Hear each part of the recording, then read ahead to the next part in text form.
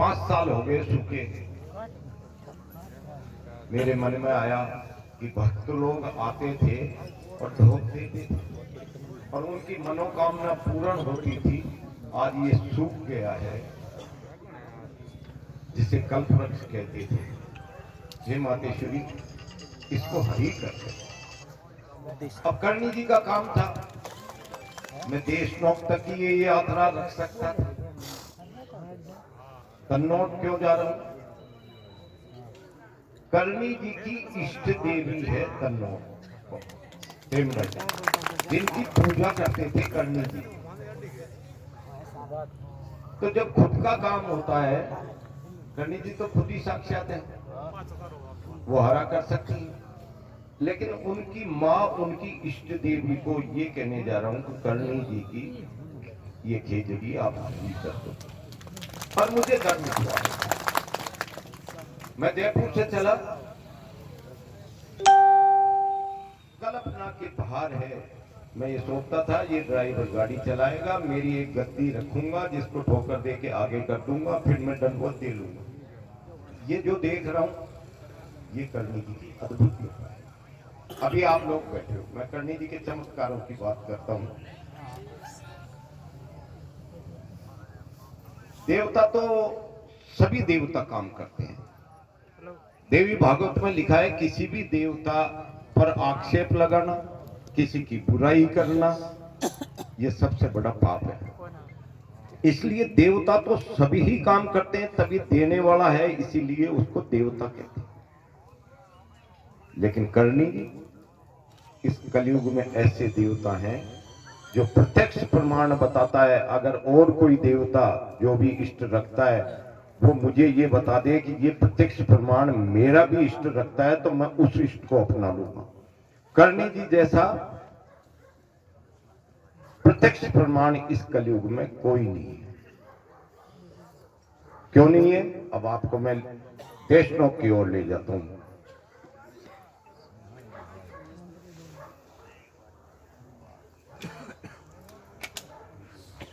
देशनोक के मंदिर में चूहे चूहे हैं। आप जो नहीं गए हैं वो जाके देख, जो चले गए हैं उन्होंने देखा है। हमारे घर में एक चूहा मर जाता है, हम बदबू के कारण बैठ नहीं सकते घर में। करणी जी के रोज सैकड़ों चूहे मरते हैं। अगर उनमें बदबू आती तो उस मंदिर में कौन घुसता? ये कलयुग का प्रत्यक्ष प्रमाण है। उसमें बदबू नहीं आती, 10 मिनट में सूख जाता है। पहला आईना दिखाया है। दूसरा, पशु पक्षी जानवर, छोटा आदमी, चिड़ी कागला जो भी होता है, वो बच्चा जन्म देता है।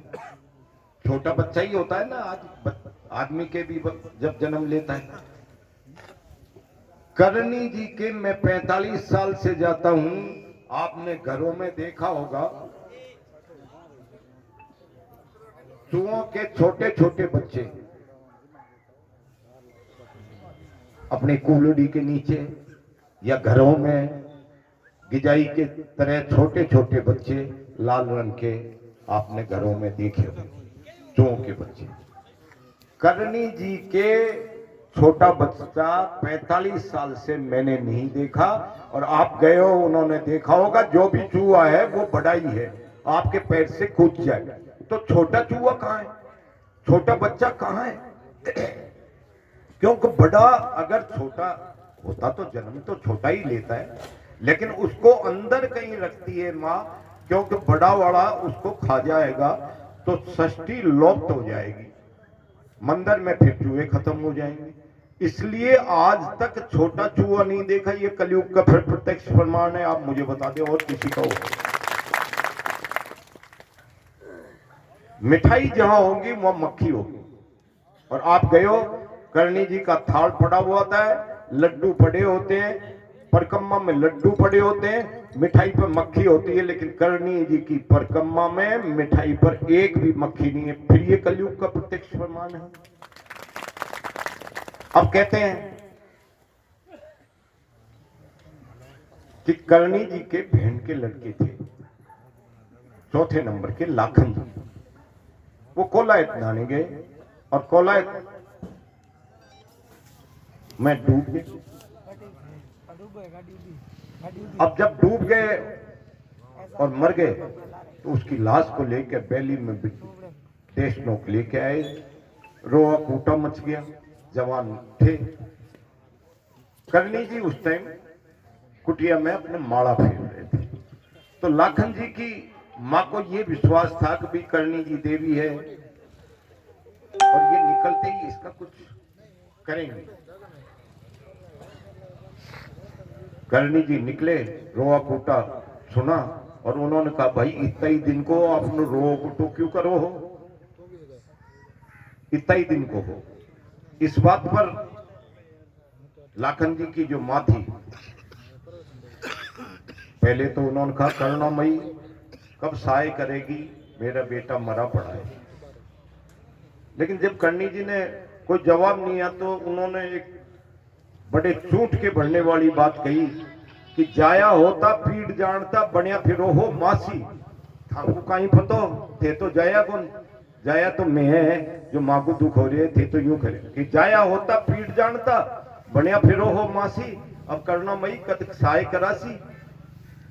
तब करनी जी को वो चुभन लग गई और करनी जी ने उस लाश को अपनी कुटिया में रखवा लिया।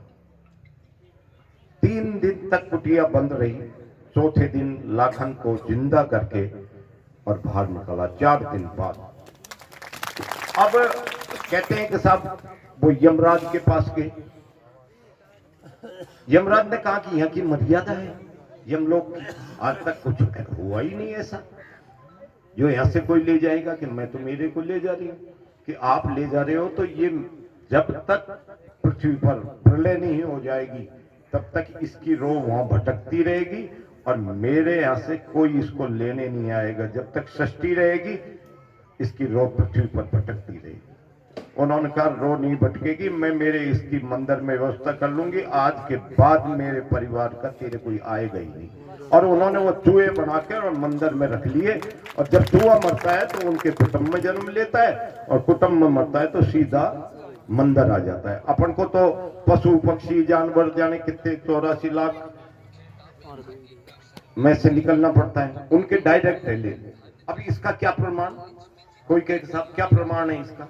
इसका प्रमाण यह है, आपने घरों में चूहे देखे होंगे, पशु पक्षी देखे होंगे, उनकी लाल और भूरी आंख होती है और करनी जी के मंदिर में जो चूहे हैं उनकी आंखें काली है क्योंकि आदमी की आंख काली होती है। आदमी से चूहा बनता है, चूहे से आदमी बनता है, इसलिए उनकी आंखें काली है। ये कलयुग का फिर प्रत्यक्ष प्रमाण है। इतने प्रमाण कलयुग के जो सीधा डायरेक्ट बताता हूं किसी देवता की नहीं है। मैं भी पढ़ा लिखा हूं, संपन्न भी हूं, क्या जरूरत पड़ गई मुझे रगड़ते हुए जाने की, 1100 किलोमीटर पत्थरों में रगड़ने की, आराम से रह रहा था।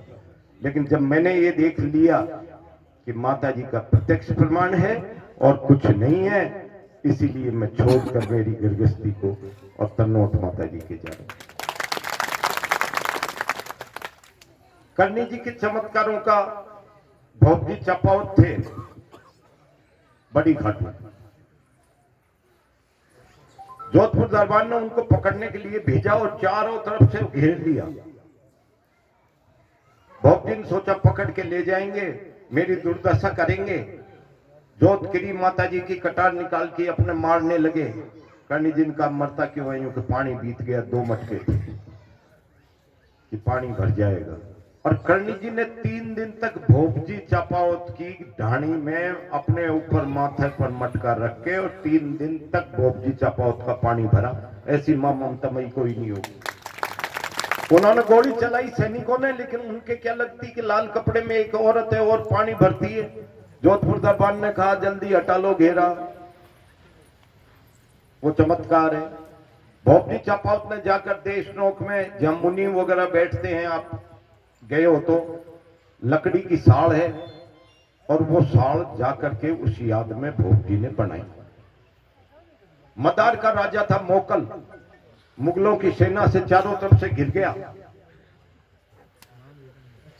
दो घोड़े का रथ था, एक घोड़े के आगे तीर लगा। जब दो घोड़े का रथ हो गए, एक के तीर लगेगा तो रथ उलट जाएगा। जब वो चिल्लाया करनी करनी, और वो मरे हुए घोड़े की जगह शेर बनकर जुट गया, और सामने भगदड़ मच गई कि शेर जुट रहा है तो इसका क्या, और वो जीत गए। ऐसे मां ममतामयी है कि पनियारी बनकर पानी भर दिया, रथ में जुट के उसके रथ को खींच दिया। ऐसी मां ममतामयी इस कलयुग में कोई नहीं। अब हम आपको वापिस यहां आते हैं। माता जी की क्या कृपा हुई है। माता जी का जब जन्म हुआ तो जन्म होते ही दाइयों ने ये कह दिया, हे अंधाता तुम कहां आ गया, यहां तो पानी भी कोनी और जमीन भी कोनी। वो जमाना होता था यहाँ पानी नहीं होता था। मैं भी यहाँ 82-84 में आया स्वाप, तो बड़े टीबे होते थे, रोड होती नहीं थी। फिर माता जी का यहाँ काम वाम कराया, तो भी यहाँ गाड़ी खाली कराते थे, फिर ले जाते थे। सीमेंट भंवरलाल जी सा कृपा करते थे, चिप्स का एक कट्टा नहीं मिलता था, जोधपुर जाना पड़ता था, फलोदी भी नहीं मिलता था, बड़ा कठिन काम था, मिस्त्री भाग जाते थे। अब मैं तो यहां से ठपसा वगैरह ने उस दिन स्वागत हो गया और चला गया स्वाब से मुझे केरला होते हुए दैनोक से फलोदी निकलना था। पता नहीं माता जी की क्या कृपा हुई। एक आए कि 1 किलोमीटर कच्चा है, गाड़ी फंस जाएगी नहीं, और उन्होंने आऊ होते हुए मैं 15 किलोमीटर चल के आया पैदल, क्यों गाड़ी में तो बैठते नहीं, 15 किलोमीटर पैदल आना पड़ा। यहाँ जो प्रोग्राम रखा है रावला ने, उनके तो आभारी हैं। अब सवाल यहां क्यों रखा। मैं 15 साल पहले किताबों में पढ़ता था, एक अंडा सुथार था,